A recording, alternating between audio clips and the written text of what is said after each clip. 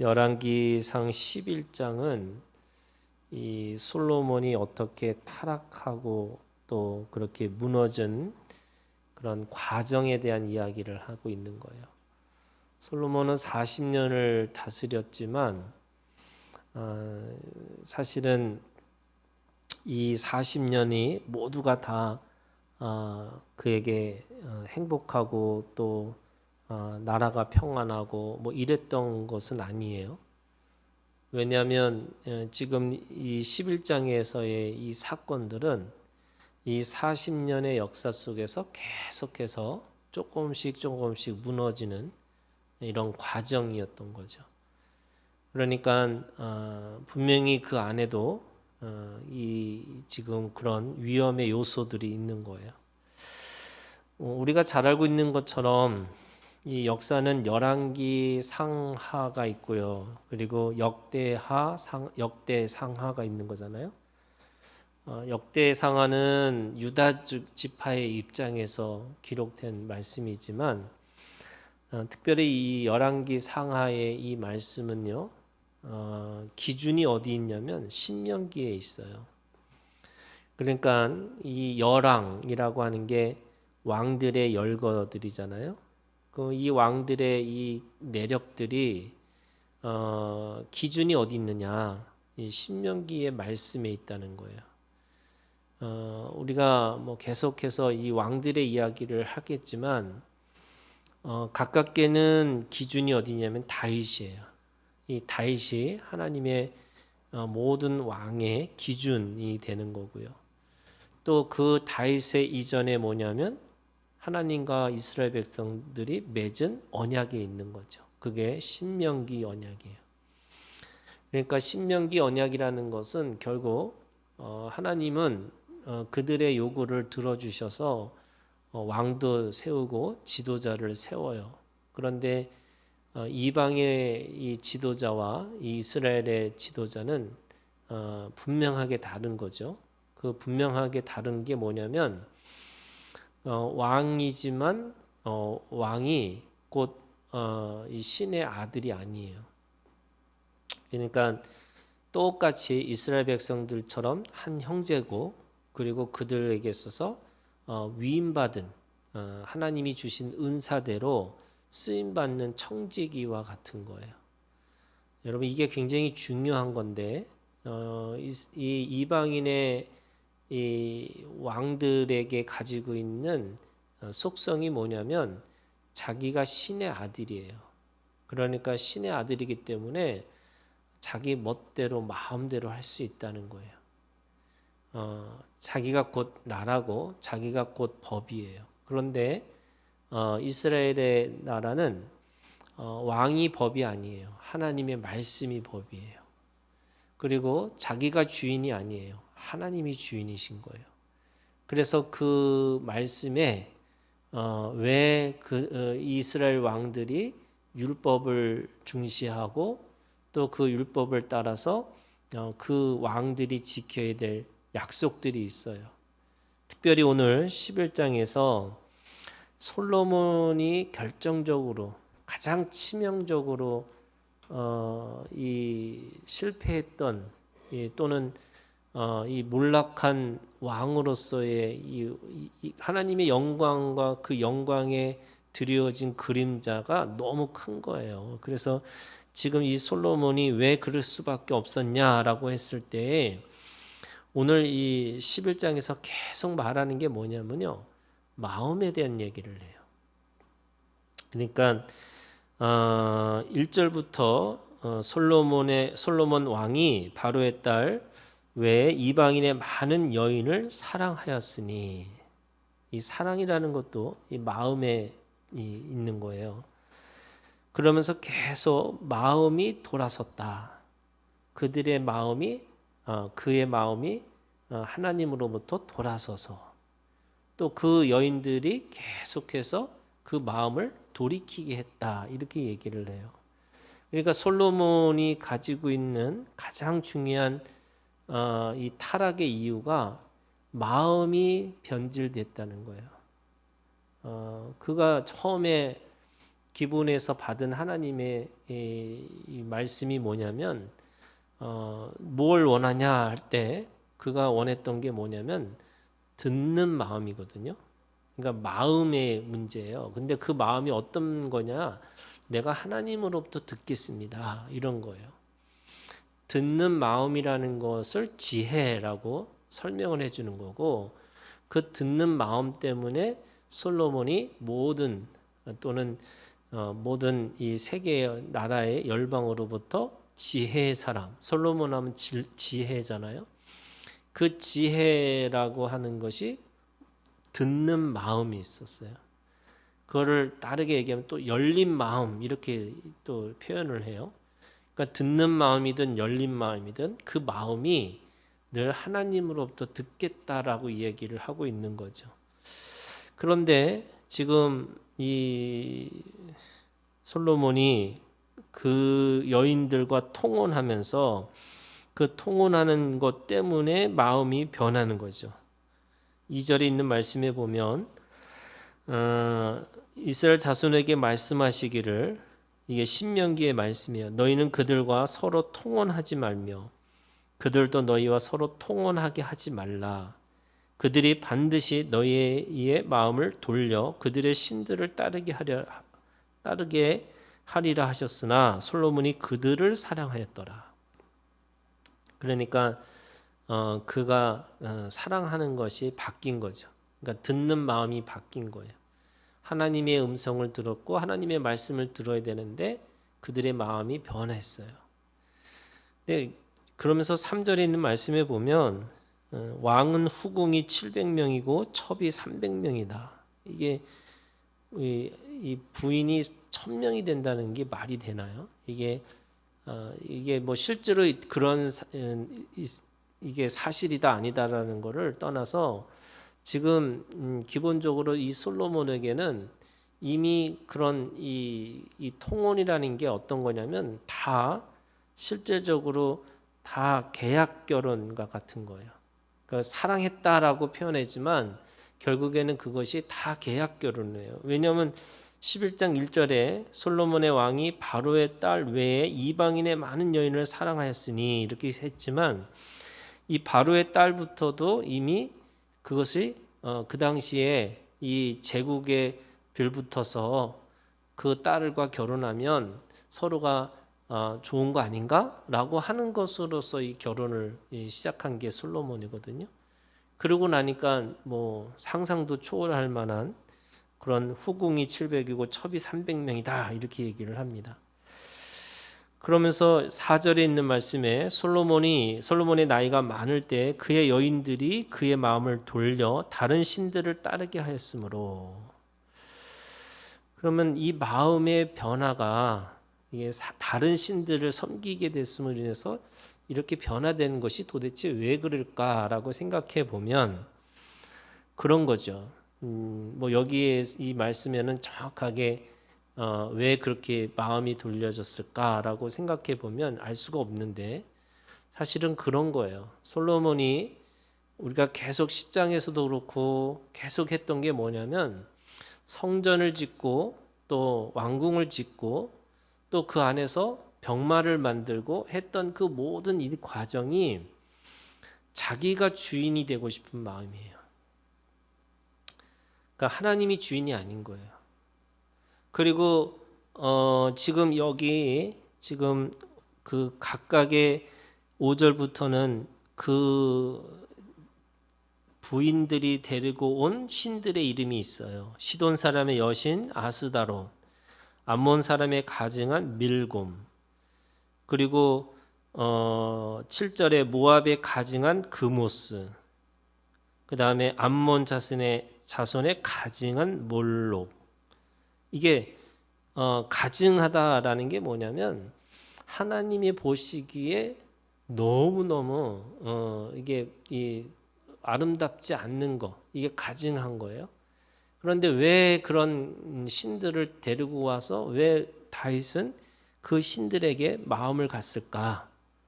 그거는 아마도 그 신들에게 있어서 주어진 것은 뭐냐면 그 신들을 믿는 것을 통해서 자기가 주인인 것처럼 행세하고 싶은 거예요.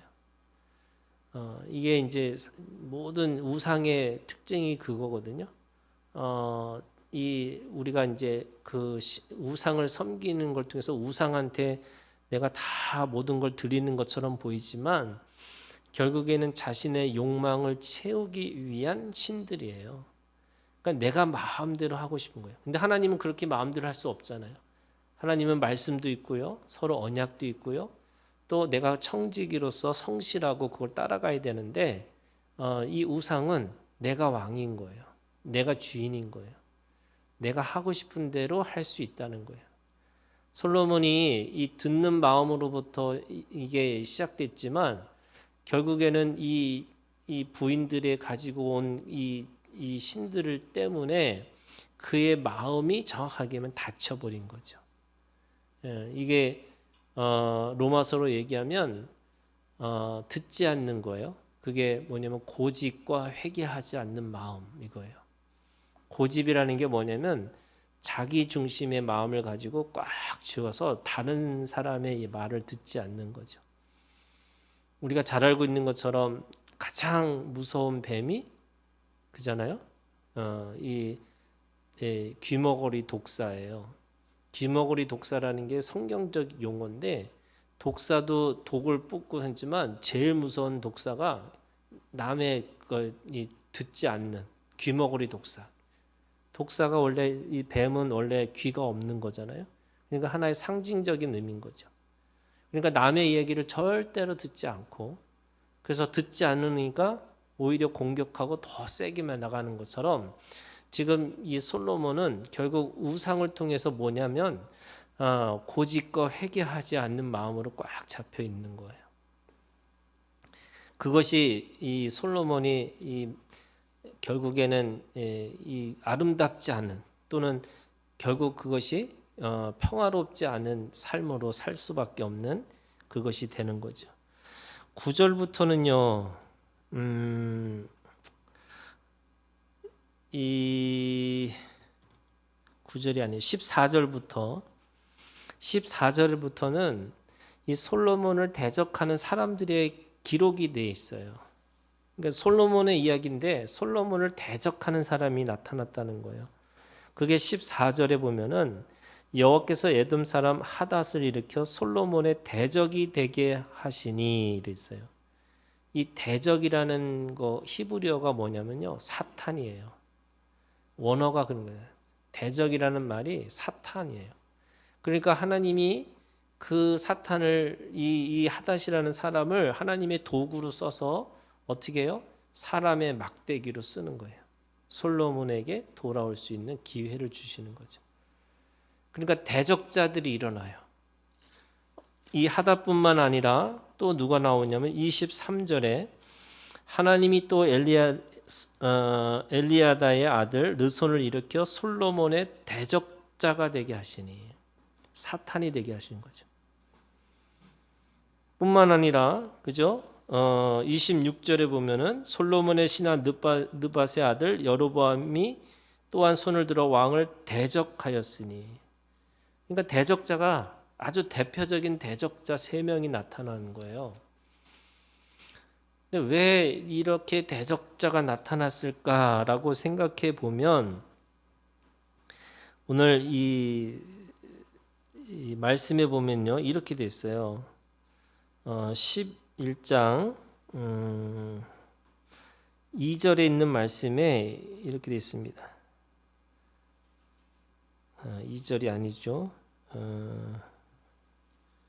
4절에 있는 말씀에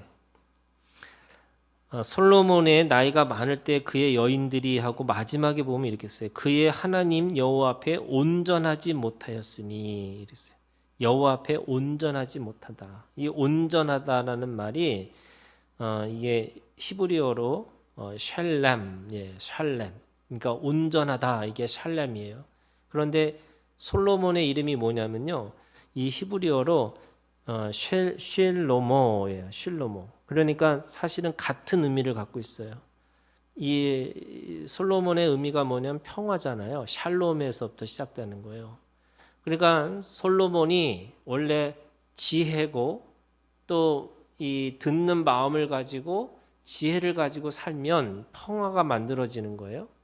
그런데 온전하지 못했다라고 하는 거니까 이 평화를 잊어버리고 나니까 누가 나타나냐면 대적자들이 나타난 거죠. 근데 이것도 사실은 다윗에게 이미 주신 약속이에요. 뭐라 그러냐면 하나님의 말씀을 따르지 않을 때는 사람의 막대기와 인생의 책찍을 주시겠다는 거예요. 그게 뭐예요?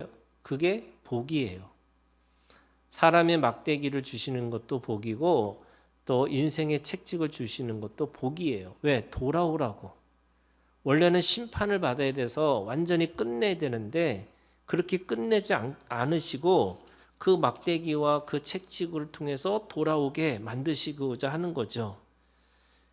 그래서 하나님이 그렇게 지키지 않았기 때문에 어떻게 하기를 원하느냐면 사실은 빼앗기를 원하시죠. 12절에 보세요. 그러나 네 아버지 다윗을 위하여 네 세대에는 이 일을 행하지 아니하고 네 아들의 손에서 빼앗으려니와 오직 내가 이 나라를 다 빼앗지 아니하고 내 종 다윗과 내가 택한 예루살렘을 위하여 한 지파를 네 아들에게 주리라. 두 가지 이유예요. 하나는 다윗과의 언약이 있어요. 그 다윗의 자손을 통해서 하나님이 반드시 영원히 다스리는 자로 세우시겠다고 약속하신 거예요. 그러니까 이 솔로몬이 타락했음에도 불구하고 끝까지 내가 지키겠다는 거죠. 뿐만 아니라 두 번째는 바로 예루살렘을 위하여 이렇게 했어요. 여러분 예루살렘이 뭐예요? 평화의 도시잖아요. 근데 예루살렘에 뭐가 있냐면 성전이 있었어요. 그 성전에서 하나님이 약속하셨어요. 하나님의 이름을 그 성전에다가 두겠다고. 그래서 성전을 향해서 기도할 때마다 그 기도를 들어주시겠다고. 그러니까 솔로몬의 죄로 인하면 심판 받아야 되죠. 누구처럼? 이 사울 왕처럼 심판을 받아야 돼요.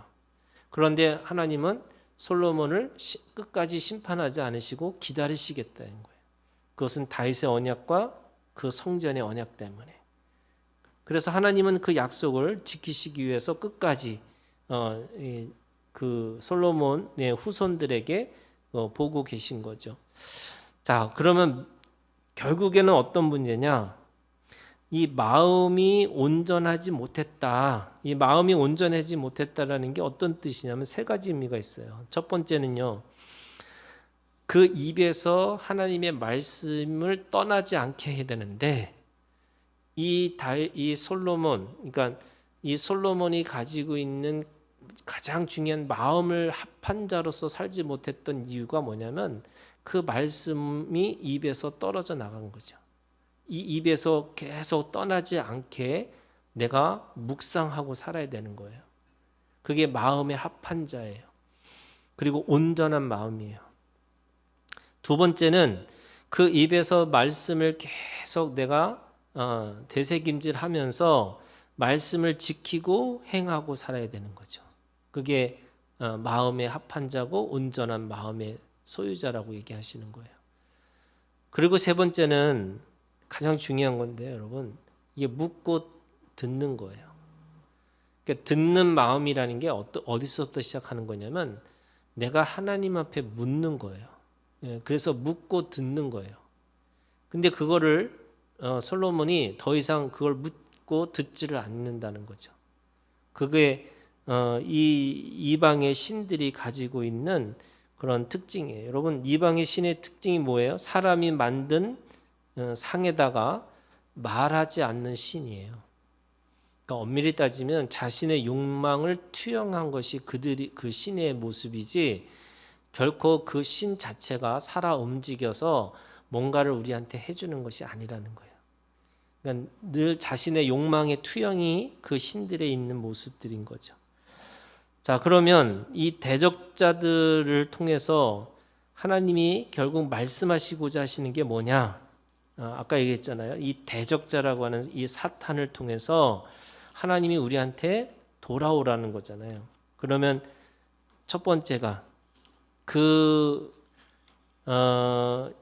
지금 이 여로보암을 하나님이 세우시겠다고 말씀하시는 것 속에서도 그 여로보암에게도 그 여로보암 왕으로서 세울 때도 기준이 뭐냐면 바로 다윗이에요. 그게 38절에 있는 말씀이에요. 네가 만일, 그럼 이 여로보암을 얘기하는 거예요.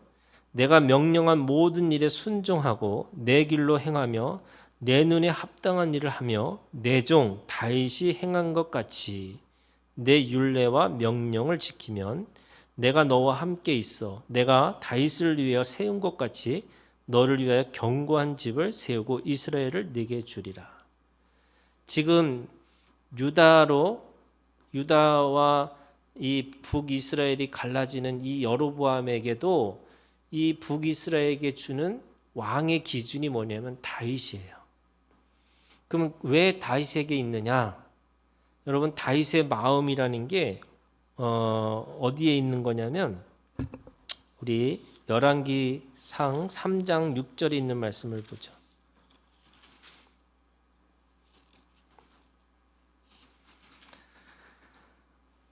열왕기상 3장 6절.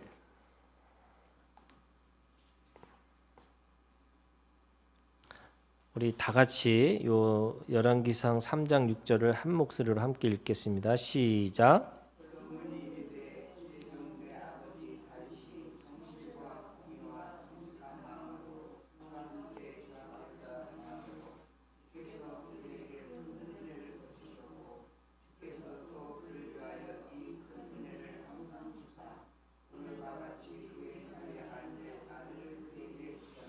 네, 다윗의 마음이 세 가지인 거예요. 성실과 공의와 정직한 마음. 성실, 이게 뭐냐면요, 언약을 대하는 태도예요. 하나님은 회전하는 그림자조차 없으시고 변개치 않는 말씀을 가지고 우리를 끝까지 성실하게 우리에게 그 언약을 지키시는 분이라는 거예요. 오늘 우리도 성실하게, 그래서 우리가 믿음이 좋다라는 게 뭐냐면요, 성실함이에요. 그 성실한 마음을 가지고 있는 거예요. 이게 어느 순간에는 막 좋다가 또 어느 순간은 확 가라앉고, 이게 아니고요. 그게 뜨거운 것은 없고 뭔가 뭐 대단한 것을 하지 않아도 그 안에서 늘 성실한 마음을 가지고, 그게 언약에 대하는 태도예요. 두 번째는 공의예요. 여러분, 이 공의라는 것은 하나님이 사랑이듯이 우리가 다른 사람들에게 사랑을 표현하는 게 공의의 사랑이에요. 그래서 우리가 하나님 앞에 언약을 성실하게 지키듯이 그 성실함의 지키는 것이 다른 사람에게 나타날 때 공의로 나타나는 거예요. 그래서 요한일서에도 그렇게 얘기하잖아요. 보이지 않는 하나님을 사랑한다 하면서 보이는 형제를 사랑하지 않는 것은 보이지 않는 하나님을 사랑하지 않는 것과 같은 거예요. 내가 하나님 앞에 사랑한다고 하면은 보이는 형제를 사랑하는 것, 그게 공의예요. 그래서 이 다윗은, 여러분, 다윗도 사람을 죽이고 또 한 집안을 멸망시키고 또 뭐 이게 죄를 짓고 이랬지만, 이 다윗이 왜 그 순간 속에서도 왜 끝까지 내가 하나님 앞에 무너지지 않고 또 그를 통해서 영원한 이 왕권에 대한 약속을 해주셨느냐? 그게 이 마음이 하나님 앞에 합한 자라는 거잖아요. 그래서 그 합한 자라는 게 그 죄 가운데서도 내가 하나님 앞에, 그리고 어느 순간에도 하나님 앞에, 그 안에서 하나님 앞에 서 있기를 구한 거죠. 그래서 그 구한 걸 통해서 늘 그 속에서 하나님 앞에 그 말씀을 가지고 자기 옆에 있는 사람에게 적용시키는 거예요. 세 번째가 정직한 마음이에요. 여러분, 이 성경의 정직이라는 게 내가 솔직하게 표현하는 게 아니고 내가 하나님 앞에 그 통회하는 마음이죠. 내가 하나님 앞에 내가 죄인이라는 것을 인정하는 거예요. 그게 정직함이에요. 그래서 늘 주님 앞에 은혜를 구하는 게 정직함인 거죠. 그것이 바로 다윗이 가지고 있었던 마음이라고 얘기를 하고 있는 거고, 지금 이게 솔로몬이든 여로보암이든 또 르호보암이든 그 왕들이 가지고 있는 모든 기준이 뭐냐? 바로 이 다윗의 마음이라는 거예요. 그 다윗의 마음이 성실함과 공의와 정직, 이거를 지키고 살으라, 이렇게 말씀하고 있는 거죠. 두 번째는요, 이 전체 말씀 속에서 결국에는 아스달롯이든 밀곰이든 그무스든 몰록이든 이 우상을 통해서 이 자기를 사랑하는 것, 그러니까 성경이 우리 말씀에 그러잖아요. 자기를 부인하고 자기 십자가를 지고 예수님이 걸으셨던 그 길을 우리가 걸어야 되는데, 자기 부인이에요. 그런데 우상은 뭐냐? 자기를 주인공으로 만들고 싶은 거예요. 그래서 우리가 이거 싸움하는 거예요. 결국에는 하나님이 주신 거고 하나님이 이루실 거고 또 하나님이 그 이루신 것을 우리가 믿음으로 고백하고 사는 거지, 결코 내가 그것 속에서 내가 주인인 것처럼 내가 한 것처럼 살지 않는다는 거예요. 그리고 세 번째, 여러분 오늘 이 말씀의 이 11장의 결국에는 솔로몬이 죽고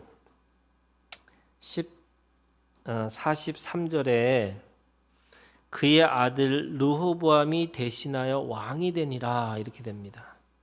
근데 그의 아들 르호보암에게 원래 솔로몬이 42절에 보면 솔로몬이 예루살렘에서 온 이스라엘을 다스린 날수가 40년이라 이렇게 돼 있어요.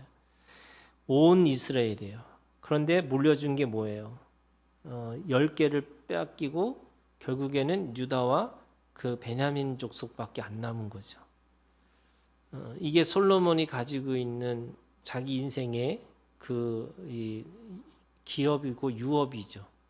그러니까 하나님이 12개를 줬는데 10개를 빼앗긴 거예요. 그리고 그 아들한테는 르호보암에게는 분열된 이스라엘을 줄 수밖에 없었어요. 이게 저는 우리가 이 후손들에게 계대를 이어가는 신앙을 빼앗기는 게 아니고 남겨줘야 되잖아요. 솔로몬은 결국 남기는 삶으로 살지 못했다는 거예요. 처음에는 그의 영광이, 예를 들면 이 열왕기상 5장 4절에 있는 말씀에 보면 이렇게 써 있어요. 솔로몬이 왕이 되고 나서 이스라엘에 대적이 없었더라, 이렇게 돼 있어요. 그러니까 솔로몬의 이 영광과 솔로몬의 이 자기가 가지고 있는 부여와 이 모든 이 권력은 사실은 하나님이 주신 것으로 인해서 평화를 이루고 대적할 자가 없었어요. 그런데 결국에는 자기가 주인인 것처럼 행세하고 또 결국에는 이 다윗의 마음을 가지고 있지 못한 것 때문에 그 르호보암에게 주고 있는 기업이라고 하는 것은 초라한 거죠. 계대가 초라한 거예요. 나중에는 결국 그 나라도 망하는 거잖아요. 이 분열이 결국에는 솔로몬으로부터 시작된 이 분열이 결국에는 이 나라를 두 쪽으로 하고 그것이 하나님이 주시는 영원한 나라가 되지 못했다라고 하는 것입니다. 오늘 우리가 이 영적인 타락, 그것이 얼마나 무서운지를 깨닫고 그 영적인 이 싸움을 우리가 믿음으로 승리하고 이기는 자들이 되기를 주님의 이름으로 축원합니다. 주기도문으로 마치겠습니다. 하늘에 계신 우리 아버지여, 이름이 거룩히 여김을 받으시오며 나라가 임하옵시며 뜻이 하늘에서 이루어진 것 같이 땅에서도 이루어지이다. 오늘 우리에게 일용할 양식을 주시옵고 우리가 우리에게 죄 지은 자를 사하여 준 것 같이 우리 죄를 사하여 주시옵고 우리를 시험에 들게 하지 마시옵고 다만 악에서 구하시옵소서. 나라와 권세와 영광이 아버지께 영원히 있사옵나이다. 아멘.